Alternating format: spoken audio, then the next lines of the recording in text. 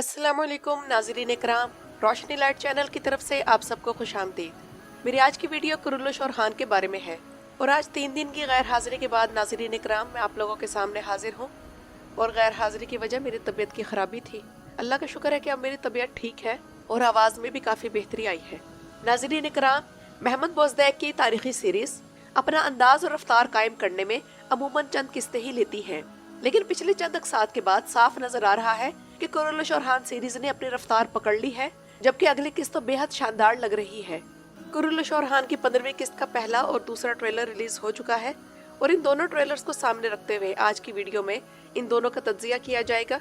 तो नाज़रीन इकराम, नए ट्रेलर की खास बात यह है कि इसमें आग की रोशनी में लड़ी गई रात की जंग दिखाई गई है और ये सीन्स यकीनन सनसनीखेज अंदाज में शूट किए गए हैं।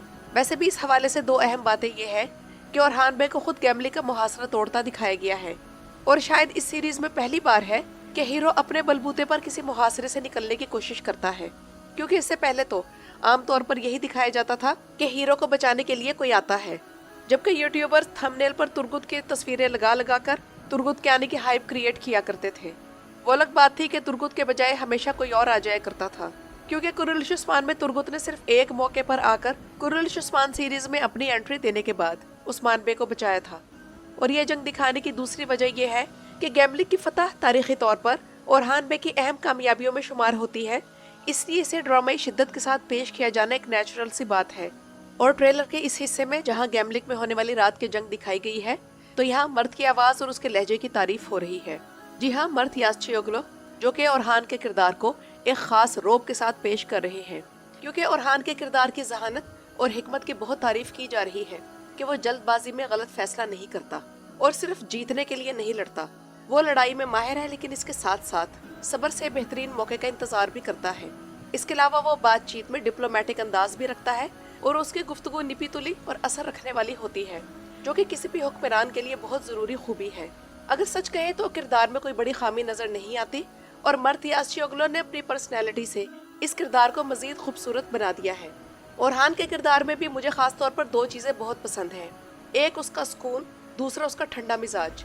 वो बिला वजह गुस्सा नहीं करता, अगर करता भी है तो वजह के साथ। सियासी तौर पर बहुत ज़हीन है और उसके जंगी मनाजिर भी बहुत दिलचस्प होते हैं, जबकि इसके किरदार का मजहबी पहलू भी दिल को छू जाने वाला और आजिज़ी से भरा हुआ है।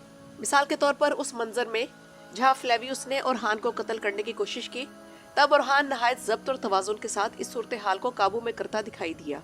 लेकिन यह भी हकीकत है कि इस सीरीज की रेटिंग्स को बुनियाद बनाकर मर्द यास्चियोग्लो पर शदीद तनकीद की जा रही है। बात यह है कि मर्द यास्चियोग्लो सिर्फ एक ड्रामे की वजह से मशहूर नहीं हुआ, उसने कई ऐसे किरदार अदा किए हैं जिन पर न सिर्फ व्यूअर्स बल्कि सहाफियों ने भी तवील अरसे तक बात की। बारान, सनान और जुनैद जैसे किरदार इस बात का सबूत है कि मर्द यास्चियोग्लो की तारीफ रेटिंग की वजह से नहीं बल्कि उसकी बेऐब अदाकारी की वजह से मिली है। पिछले 3 बरसों में मैंने कम से कम कोई ऐसा अदाकार नहीं देखा जिसने बेवक्त अवाम और एनालिटिक्स दोनों को मुतासिर किया हो, लेकिन मर्द यास्चियोग्लो ने यह कर दिखाया। मर्द हमेशा से कामयाब अदाकार रहा है और वो मुसलसल ओरहान के किरदार में भी खुद को बेहतर कर रहा है। और आप उसके ड्रामे देखें तो आपको साफ महसूस होगा कि वो हर किरदार को बहुत तवज्जो और संजीदगी से अदा करता है और यही उसकी कामयाबी का राज है। और नाज़रीन इकराम, जैसा कि आप लोग जानते हैं कि ओरहान बे इस वक्त ऐसी खुली जंग से गुरेज कर रहा है जो बराह रास्त मैदान में आमने सामने हो। ना तो ओरहान ने बुरसा में ऐसी खुली जंग लड़ी और ना ही गैमलिक कले में। पिछली किस्त में भी फ्लेवियस मैदान जंग चाहता था, लेकिन ओरहान बड़ी महारत से उससे बच निकलता है। लेकिन अब आने वाली किस्त में इन दोनों के दरमियान ये जंग नागुज़ीर हो जाएगी। और ऐसा नहीं कि ओरहान बे लड़ने से डरते हैं, बल्कि असल वजह यह है कि उनकी रियासत इब्तदाई मरहले में है, अभी बुनियादें मुकम्मल तौर पर मजबूत नहीं हुई। ऐसे में अगर उनकी रियासत में बगावत की आग भड़क जाती है, जैसा कि पिछले एपिसोड में दिखाया गया, या फिर आमने सामने जंगें शुरू हो जाती हैं, तो रियासत का स्ट्रक्चर आगाज से पहले ही जमीन बोस हो सकता है। तो ऐसे मनाजिर से वाज़ेह होता है कि रियासत कायम करना सिर्फ ताज पहन लेने का नाम नहीं, बल्कि हर लम्हे इस्तेहकाम की जंग लड़नी पड़ती है। लेकिन ओरहान बे के खिलाफ 4 दुश्मनों का जो कि मुश्तरका इत्तेहाद दिखाया गया है, वो आने वाले वक्त में उसके लिए पहले से ज्यादा पेचीदा चैलेंजेस लेकर आएगा। इनकी दुश्मनी का अगला मरहला बज़ाहिर पहले से कहीं ज्यादा मुश्किल और उलझा हुआ नजर आ रहा है। और अब तो इन चारों के इस इत्तेहाद में शाहीन शाह का भी इजाफा हो चुका है। लेकिन इस किरदार के बारे में मेरा यही अंदाजा है कि ये ओरहान को जंग में ना आने की कोई मजबूत वजाहत दे देगा, चाहे ओरहान माने या ना माने।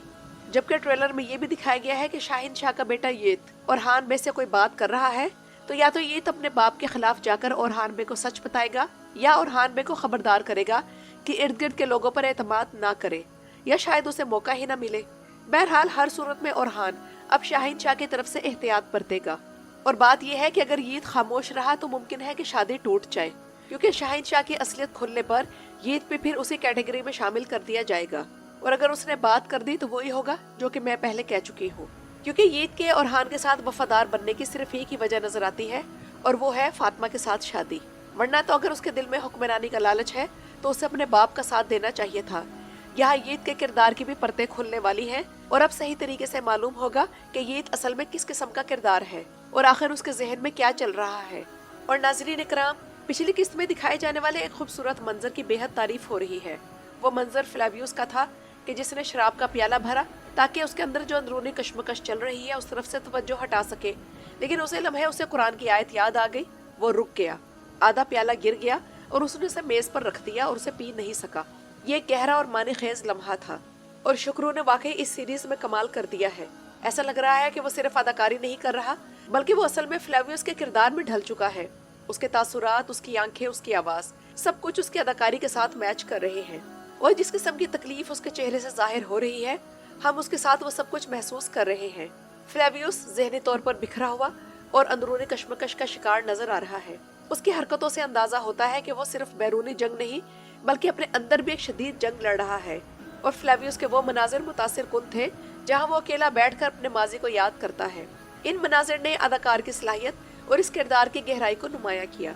और मैं तो यही कहूँगी कि फातिमा के साथ जो उसके सीन्स थे, इसके अकेले में सोचने वाले मनाजिर ज्यादा पावरफुल हैं। फातिमा के साथ इसके सीन्स अब इस किरदार को फायदा देने के बजाय नुकसान ही पहुंचा रहे हैं। और यहाँ एक और अहम बात ये कि फ्लेवियस का जरकोताई को जिंदा छोड़ देना भी कोई मामूली बात नहीं है।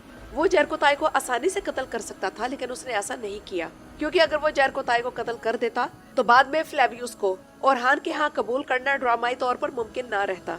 इसलिए राइटर्स का ये फैसला वाज़ेह तौर पर एक सोचा समझा कदम था ताकि आइंदा इस किरदार की सेफ्त और तब्दीली की बुनियाद रखी जा सके।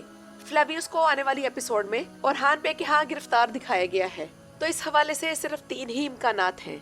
या तो फ्लेवियस अपनी फैमिली को कबाइल में तलाश करते हुए पकड़ा जाएगा और कोई उसे पहचान कर ओरहान बे को खबर दे देगा, या फिर वो गैमलिंग कले की लड़ाई के दौरान गिरफ्तार होगा, या फिर वो फातिमा को खंजर और उसके असल के बारे में बताने की कोशिश करेगा और फातिमा ही उसे मशवरा देगी कि वो ओरहान के सामने सरेंडर कर दे ताकि वो उसकी मदद कर सके, क्योंकि खंजर फ्लेवियस के पास ही है। लेकिन ये बात कि फातिमा उसे धोखे से बुलाएगी और ओरहान बे को मुखबरी कर देगी, ये नामुमकिन है।